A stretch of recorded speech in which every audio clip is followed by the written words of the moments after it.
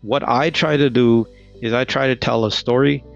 So I try not to talk about like a SOC or a threat management system. What we do is we tell a story. And the way I approach it is I say, okay, these are the 3 top priorities or 5 top priorities for the organization.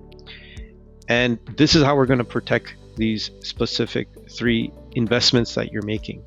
So do you want to protect your investment is the first question. And they'll like say yes. With AI, like unless you lock down your browser, they're just going and downloading these and just connecting them directly. And the extensions are literally a button click. And so this is massive problem if you don't, many organizations, they have not locked that down. Really study human behavior, try to understand the business side of cybersecurity as opposed to just figuring out the technical aspects. So what I've realized, the CISOs that have really excelled and do well are the ones that are from a business focus, not the technical ones.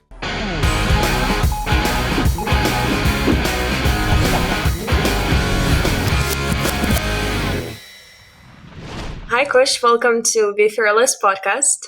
So today I'm super thrilled to have you with us. Your cybersecurity journey spans government, enterprise, and now entrepreneurship. Kush Sharma has advised boards, executives, and government officials across organizations with staggering combined market cap of over $2.5 trillion. He's been named Global Enterprise CIO of the Year. Led teams through cyber breaches firsthand, and is now the founder of KnightSpectre, strengthening cybersecurity governance for enterprises. So it's a privilege to have you on our podcast, Kush. Thank you for inviting me. Glad to be here. Yeah. So I'd love to find out more about your cybersecurity journey. How did it all start? How did you get into this field and ended up being a CISO of such large enterprises?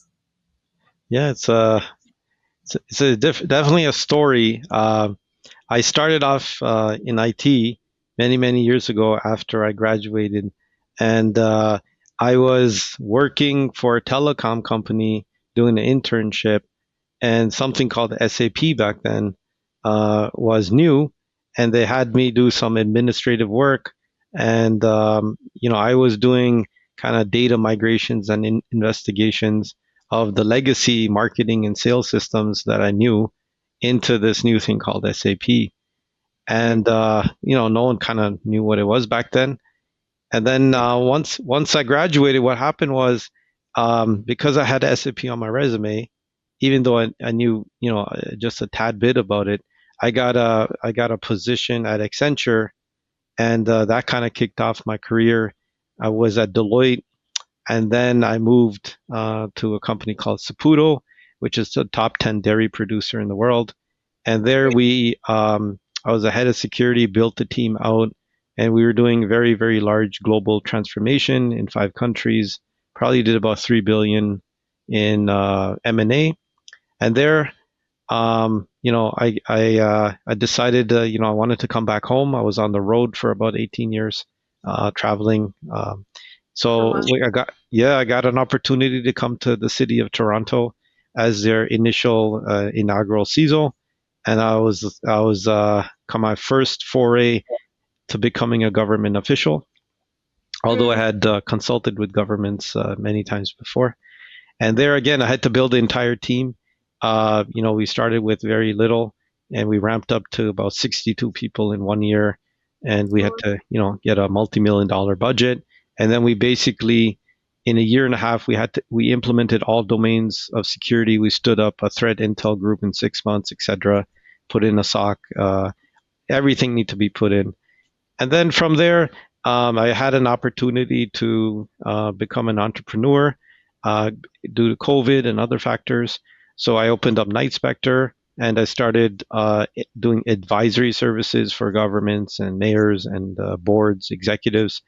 I became a CISO for CP Rail at that time, which is kind of doing a merger, which was one of the largest mergers in transportation in North America. It was valued at $31 billion.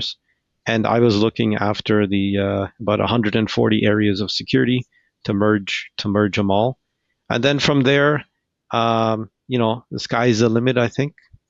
So who Yeah. knows what the future holds? Yeah, you never know. And it looks like your whole journey seems so, so probably not something that one can predict Yes. going from consulting to enterprise. Yeah, I'm just curious. As you worked within enterprises and then for governments, what do you think are some of the key differences when it comes to adopting security? I'm sure it's drastically different, but it was I would say like key differences when it comes to security. Yeah, so from an enterprise level, typically they're larger projects, they're global in nature. There's various regulations, there's different policies in different countries, there's government involvement. And so the lens is a little bit bigger, a little bit more complex when it comes to how you implement something. Whereas in government, it's one government entity. So it could be a municipal government, provincial or a state government, or federal government. And you're really looking at that one piece. And then even within the federal government, for example, it'll be like, one department. And so that's your focus. And, there's much, much more governance, rigor, policies and procedures in the government space, regulations. Whereas in the private sector, it's kind of spans more globally with multiple teams, 24/7, different Mhm. languages, different cultures. So it's a different type of mentality that you have to have, and you have to switch between those depending on the role that you're playing. Yeah, yeah, I can imagine it's very, very different. And I'm curious from the regulation standpoint you just touched upon. It's drastically different, but please correct me if I'm wrong, but would you say that within government it's mostly regulations driven security adoption or not necessarily? I'm just curious whether do you see enterprises going above and beyond versus governments? Would be interesting to know. From my experience, from a government perspective, many countries do not have specific regulations for cybersecurity. So that depends on the country. So if you're in Australia or the UK or Europe, if you're in the US recently, but there's kind of scaling back on some of the regulations now, then there's a heavier regulation structure and framework, and you have to do quite a lot more, and is driven by regulation. Other countries, for example, where I'm from Canada, regulations are not as stringent, or even implemented compared to Europe, for example, which is usually leading in many areas like cybersecurity, privacy, AI, etc. So it depends on the country. However, there are many internal policies and frameworks that are in various governments that need to be followed. Also, many government organizations, despite where they are in the world, are following kind of the NIST standard. That's kind of become the global adoption, at least for cybersecurity from a technical perspective. And with NIST adding on the governance piece, it's more competing with the ISO framework and others. Um, Mhm. but typically, you would have to combine multiple because, for example, MITRE has one focus, NIST has another focus, ISO has a different focus. Some of the things, right? So you have to really look at it and combine it together. Similar to private sector, if you're in a regulated like pharmaceuticals, finance, telecom, heavily regulated, the cybersecurity, for insurance companies, banks, etc., is quite high. They have very large team, hundreds of people on security, and it's quite a large apparatus and operation. Whereas some of the startups and some of the smaller, medium-sized companies, right, smaller teams, less security. So if we look at it holistically, it kind of mimics each other, right? So if Mhm. it's a smaller municipality or a local municipality, they might not have all the funding, so they're doing what they can, just similar to smaller organizations in private sector versus a federal government that has billions of dollars. and spends it on security. If you compare that to a global Fortune 100, so Yeah. there's similarities and there's differences, but on a holistically, you know, if it's regulated versus non-regulated kind of industry. That's very very interesting, and I'm curious. All the skill set that you acquired while you were um, CISO at City of Toronto, um, how do you think it helped you to set up KnightSpectre, and how this decision came in place? Yeah, I think number one, having done it multiple times for, I think it was over 50 or 60 different clients, having the experience of working in multiple industries, multiple clients, different levels of government in Canada and the USA, you get a perspective of understanding kind of what the issues are really quickly when you get into an organization. You have to adapt. You have to get in there and understand the problems, and then work with various stakeholders from a political perspective and communications perspective to get something solved, which typically cannot be just solved by the security team. It involves multiple stakeholders.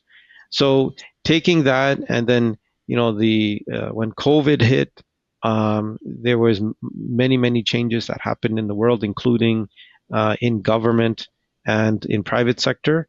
And at that stage, there was an opportunity for me to take those skill sets and venture off as a founder to create a specific niche advisory firm.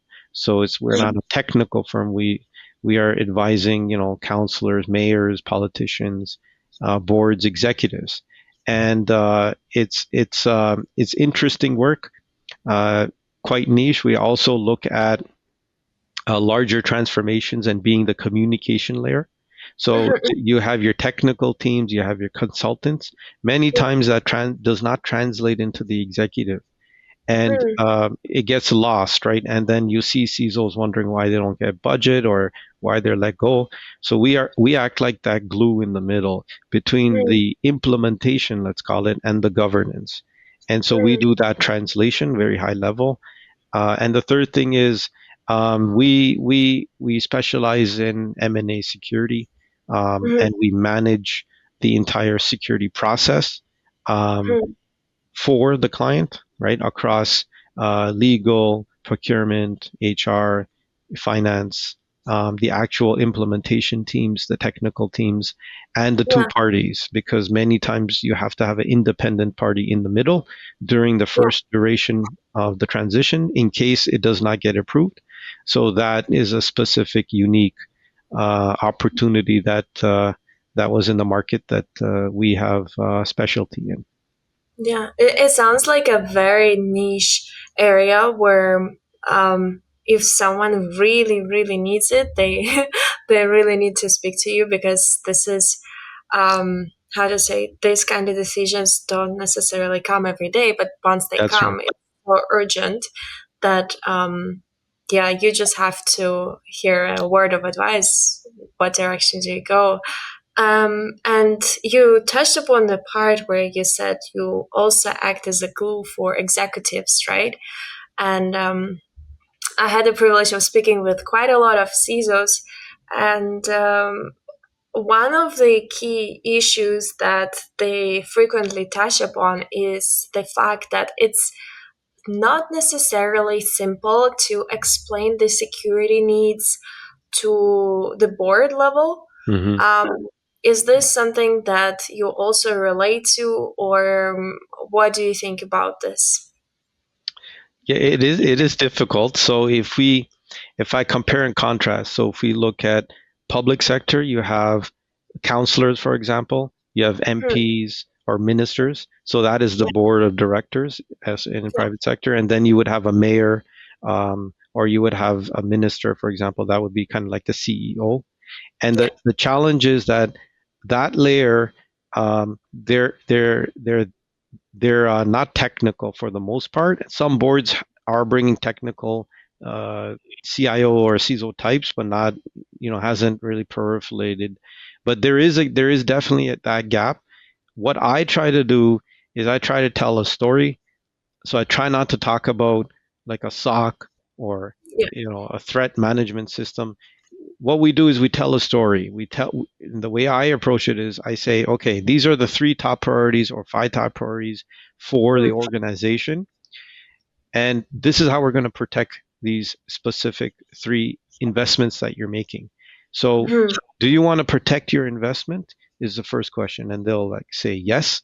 Then the second question is, okay, in order to protect this, you have some options. Option one, right? If you would like to spend this much money and accept a higher risk, this yeah. is the plan of action. Option two is going to be a hybrid. Okay, we have a decent level of controls, a little bit Mm, above the average. The cost is going to be less. We're going to do a hybrid between, let's say, external and internal resources.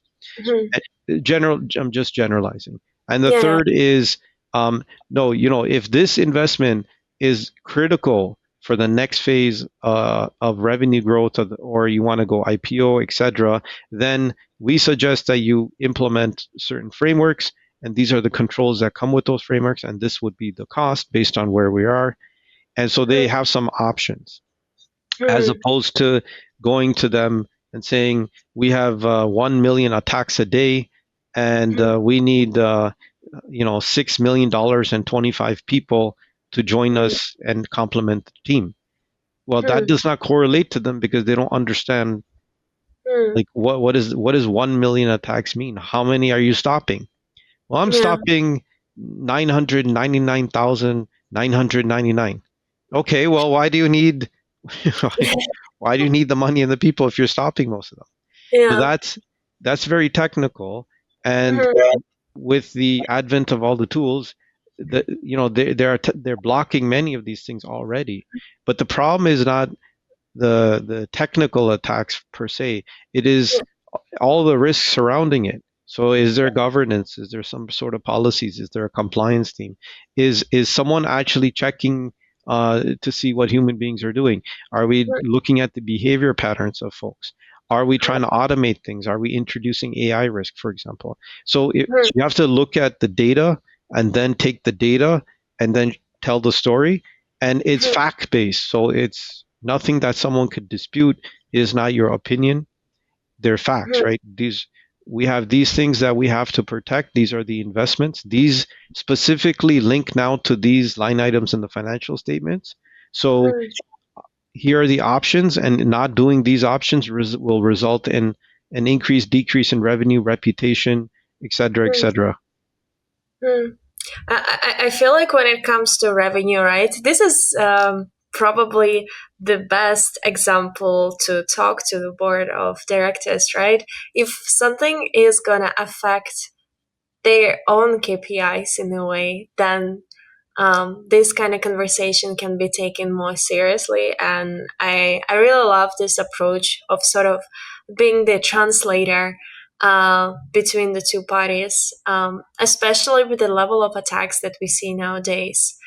Um, Also, since we touched upon millions of attacks that a lot of companies try to address today, are there any threats, attack classes that the public sector and governments are more vulnerable to, would you say? If we understand the government sector, most of the government sector, like there's three levels, any Mhm. government in the world, pretty Yeah. much. So level one, which is the local level and the municipal level, that's the one that's most vulnerable. And really the external facing, um, let's say the external facing devices and access points are the ones that usually need a little bit more Mm, help and posture management, a little bit more support. The second big kind of vector that we see how people would get in is really the human factor. So it's there's many engineering tactics that are used to manipulate a human being, mhm, and that is something that we also see because they wouldn't have the budgets to do like a huge cybersecurity awareness campaign, have the latest and greatest tools. Many uh, governments around the world, at least at that level, even at the state or provincial level across the world, many are smaller teams. and they're not going to be able to afford the investments that they need. So what we are seeing, though, on a positive, on a positive note, is many government organizations are teaming up together. So if it might Yeah. be a few municipalities in a specific region or a county, and they'll get together, pool together their Mm, resources, and then kind of build the shared services for that region, which then they mm, can now start getting into having a SOC, for example, or having hiring resources that can be shared, etc. Going to tender together to get a lower price point with vendors, etc. yeah. Would you say that resources is the main constraint when it comes to adopting new security tools, or what would you say like the biggest constraints from um, sort of government agencies being on the top of the security? Yeah, I think generally speaking, like federal governments usually obviously have a lot more funding, Yeah. and they fund themselves, so their Mm-hmm. security is quite, it's usually above the border. But as we move down the chain to the other levels, then then we see the funding issue as being the number one issue, because without that extra funding, you cannot actually get the resources, or you cannot train the existing resources. And Mm, so, in reality, if we look at how municipal sector or local government, depending on which country calls it what, yeah. um, they have to make a decision on: do I go and fund the library? Do I Mm, fix the potholes? Do I have garbage service? Do I mm, pump out the water versus cybersecurity? Many people are doing double, triple duty. So, one day you're the fire chief, the next day you're buying computers, right, and trying to set up an application, and the next mm, day you're literally going out and filling potholes, because mm, the size of the communities are not that big, right? So yeah. overwhelmingly in the Canada, USA, Europe, etc., majority of municipalities are small. So you're Mm-hmm. looking at under 20,000, 15,000 people. And so, there's no way that they're going to be able to have a whole cybersecurity posture and tools and technologies and an IT team, right? Mm-hmm. So we have to be cognizant. And when services or vendors for products for security, when they target Mm-hmm. specific governments, they have to realize that. And so the price points, the model that they build has to be completely changed, because today's Mm-hmm. models, it's not going to work for the majority of the governments in the world. And I'm Mm, speaking local, on the yeah. local level, or smaller states or smaller smaller provinces, for example, in Canada, Mhm, they wouldn't have the funding or the resources. They don't have big teams. mm, So the approach has to be a little bit different with them. yeah. I would say, do you think is it similar to when it comes to medium and small size enterprises within private sector? Because I think when it comes to government, there are certainly more complexities involved. As you mentioned, you have to deal with fire, school, buying additional resources. That's just potentially not touching upon small enterprises. But yeah, would you say that the size is one of the biggest factors? For small and medium business, uh, the factors there to consider are, they're probably ramping up, or they have one or two employees or 10 employees. Yeah, Some of the So they don't have the time for that, right? So yeah, they're trying to focus on their customers and their business, and mm, generally speaking, they're not experts in mm, cybersecurity or IT. mm, That is just for them a specific tool, right, to run their business, just like they would do accounting or tax or yeah, something else. So it's not a core function. So it's challenging mm, for them to even try to understand. Okay, well, my laptop's not working. How do I fix it? Basic yeah, things, right, for small business. But what we see now for them is really time and knowledge.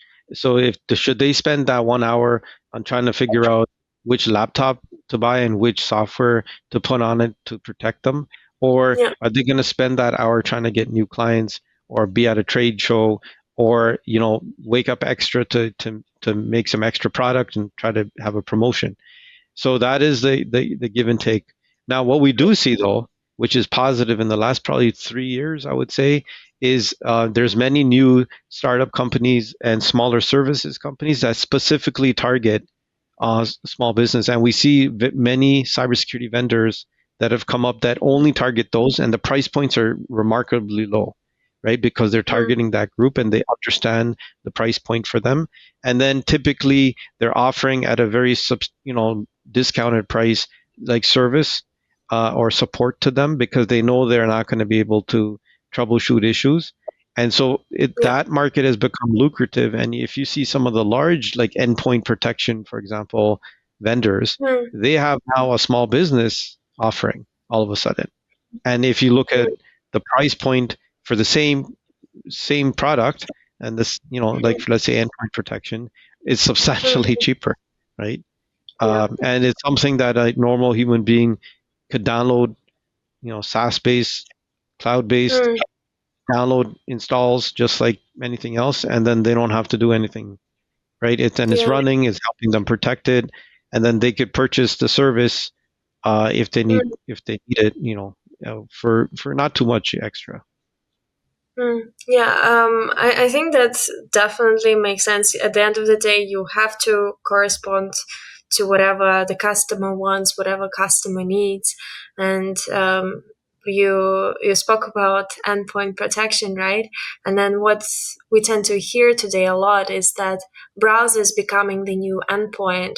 So yeah, and with the rise of so many browser-based work and cloud adoption, how do you see browser attack surface evolving for enterprises and governments alike? I think the current, at least from my kind of opinion and experience, is the 0 days. Um, is I mean, it's a 0 day, so you don't know until it happens. But that is I think one of the larger challenges. Um, so we've seen some 0 days in the last few years from quite a few vendors. I think Mhm, if a vendor can quickly resolve it and send out the patch, I think mhm, that speaks volumes to how they deal with cybersecurity and the expertise that they have. So we've seen, I won't name names, but we've seen certain vendors in IT and cybersecurity, right? 0 day comes, I mean, it's going on for a week or two, and mhm, they can't figure it out. Whereas mhm, others, like literally the same day or the next day, it's a global event, all hands on deck. And then, although mhm, there's damages, they have sent out the patch and the remediation fairly quickly. Some of mhm, them within hours, some within a day or two. So mhm, it really depends, and we have to understand that in the new world, even security vendors can get breached. mhm, But if they can remediate and harden it that much more, then I think that's what a lot of people look at. But it's challenging. From a browser perspective, you know, uh, you're looking at APIs and extensions, like major problems, because yeah, with AI, like unless you lock down your browser, mhm, they're just going and downloading these and just connecting them directly, and the mhm, extensions are literally a button click. And so this is mhm, massive problem if you don't, many organizations, they have not locked that down. And so yeah, this is very easy to very easy attack, right? A mhm, human being is clicking things, mhm, and many times they're malicious, because so they're like advertisement for something, um, mhm, extensions for AI tools, or mhm, just downloading AI tools themselves, or connecting, certain AI models, right? You could, like, literally, my 12-year-old son could do it. It's yeah, just, everything's there. It'll write everything for you. You connect the API. It even tells you how to do it. And then where you go, like, so this is something, at least I believe, that mhm, CISOs need to start looking at. mm, focusing on. That is once AI kind of goes mainstream in the enterprise world, because it's mm. kind of mainstream in the user community Yeah. and users. But then we're going to see a increase, at least in my opinion, of these type of attacks in the near future. Yeah, and even in our research, we do a lot of research around browser extensions, and right now there are even ways to take over the whole device with a single browser extension, and it's just shows how vulnerable really our systems can be to Hmm. this seemingly simple tools. So I think right now this is a very critical point of time when people really have to look into what do they really download. And I think it might be a little hard to expect this cultural shift where you constantly have to monitor what you download, what you don't download, and even the most sophisticated IT teams can become victim to such Hmm. attacks. So yeah, hopefully hopefully the awareness and adoption in this space is going to change in the future. I'm just curious, what are some security blind spots you think most organizations still have despite significant security investment? Yeah, I think it's human behavior. Uh, Mm, so we really have to we do the education, um, but I can tell you a lot of the education, like out of the box education, um, in today's world is not enough. So mm, they're using AI. It looks, it reads the tone, everything is extremely mm, close to the actual person on how they speak, how they move. For example, myself, right? My voice, my face, my writing, mm, everything is on the internet.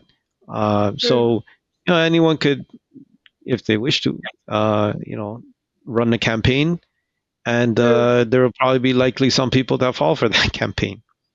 And Yeah. so it's very difficult to distinguish between kind of a deep fake, fraudulent communication and the real thing.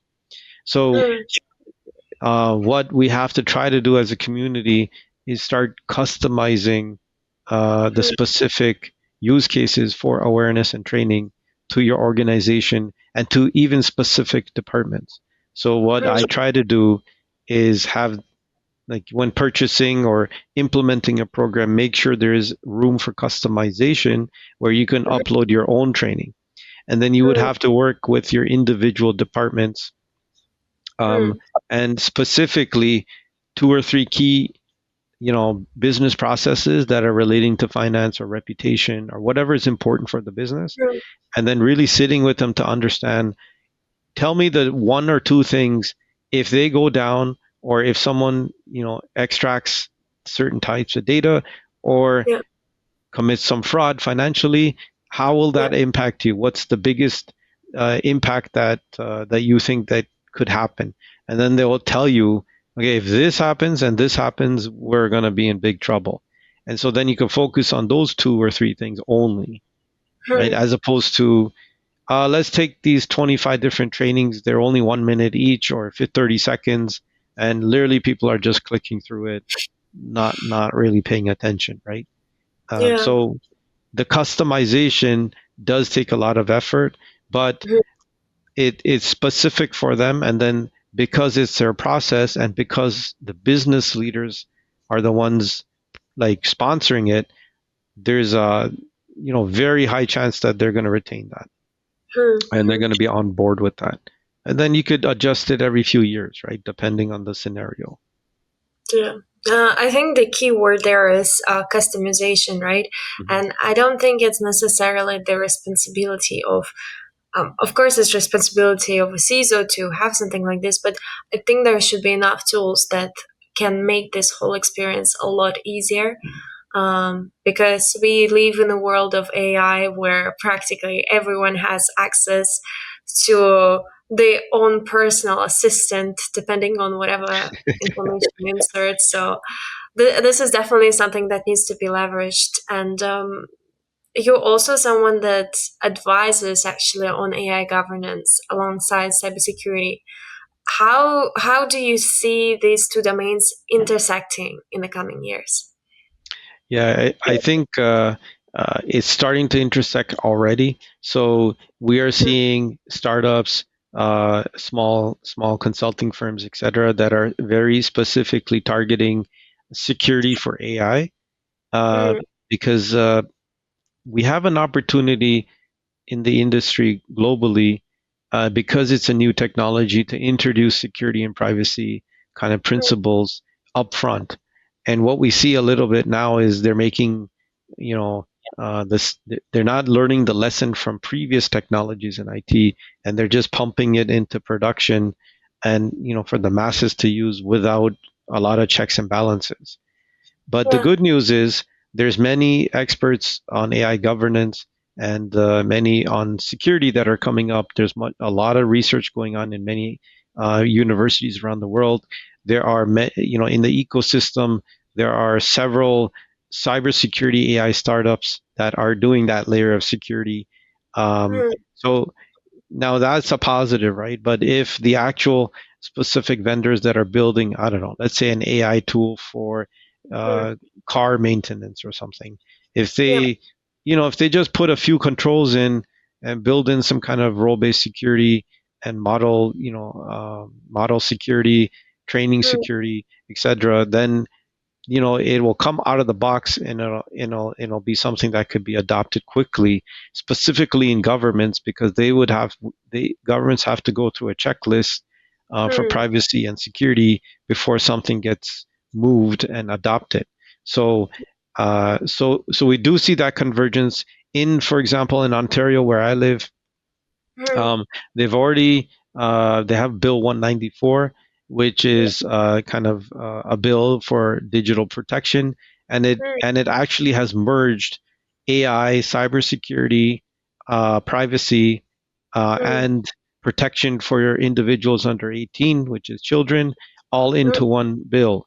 And we mm, see that, we have one minister, for example, in Ontario that manages that portfolio. So mm, we are seeing in certain unique circumstances that convergence. But even if you look at specific regulations, like in Europe and other areas for AI, there is security component in mm. those. So it is not in absence of security as previous regulations for certain areas.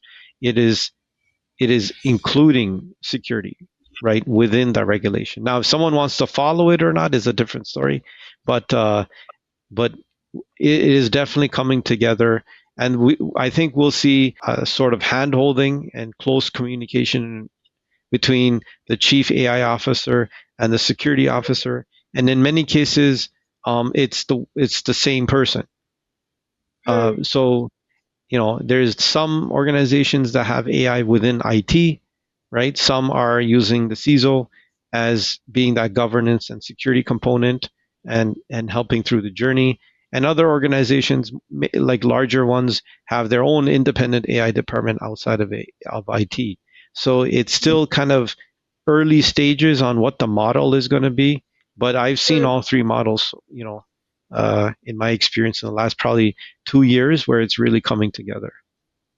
That's amazing to see such a great development in the space, and I think it's kind of ironic when right now a lot of people are talking about how much AI can replace um, humans, but at the same time I feel like there are so many roles that got created because you have to have someone that actually governs this, and especially in security, with all the issues related to data leakage, this looks like something that is inevitable. I wonder if you see governments looking at this as a big risk when it comes to data leakage. So it is definitely a concern. Definitely a Mm, concern. Some governments are moving ahead quite quickly, but they're making investments in the security and privacy space. But mm, but many. at least in Canada, I would say, right, from my experience, many governments are a little bit, they're taking a cautious approach to mm, implementing AI. mm, Many governments, although they want to do it, they're not doing it. They're waiting mm, until the market matures a little bit, and they're some of them are going with the existing like vendors that they mm, have. So you buy certain licenses, you already have certain tools for security or IT, and then what happens is they come up with a functionality for on top of that for AI, or it's pre-built into the next version. So that adoption is happening slowly because that's mm, already kind of inherent in the tool through an mm, upgrade or through new functionality coming in, as mm, opposed to purchasing startup tools, startup companies with AI tools and mm, implementing those, and then trying to figure out how do we do the security on it, because a lot of mm, times that requires another tool to, to be purchased just to do the security on it. mm. So, Yeah. we are seeing, I think, slower adoption, uh, Mm, generally speaking, but there are certain governments and certain regions that are 1,000% in, and they're already you know mm, they're already 25, 30, 40 projects in for AI, and they're on full scale digital government adoption. So mm. I think it depends. Um, but holistically, I think the adoption is a little bit slower than if you compare it to private sector.